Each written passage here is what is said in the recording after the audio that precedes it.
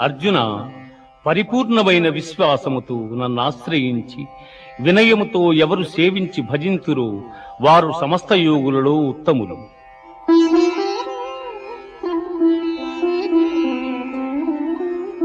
మనుష్యాణాం సహస్రేషు కశ్చిద్యతతి సిద్ధయే యతతామపి సిద్ధానాం కశ్చిన్మాం వేత్తి తత్వతః.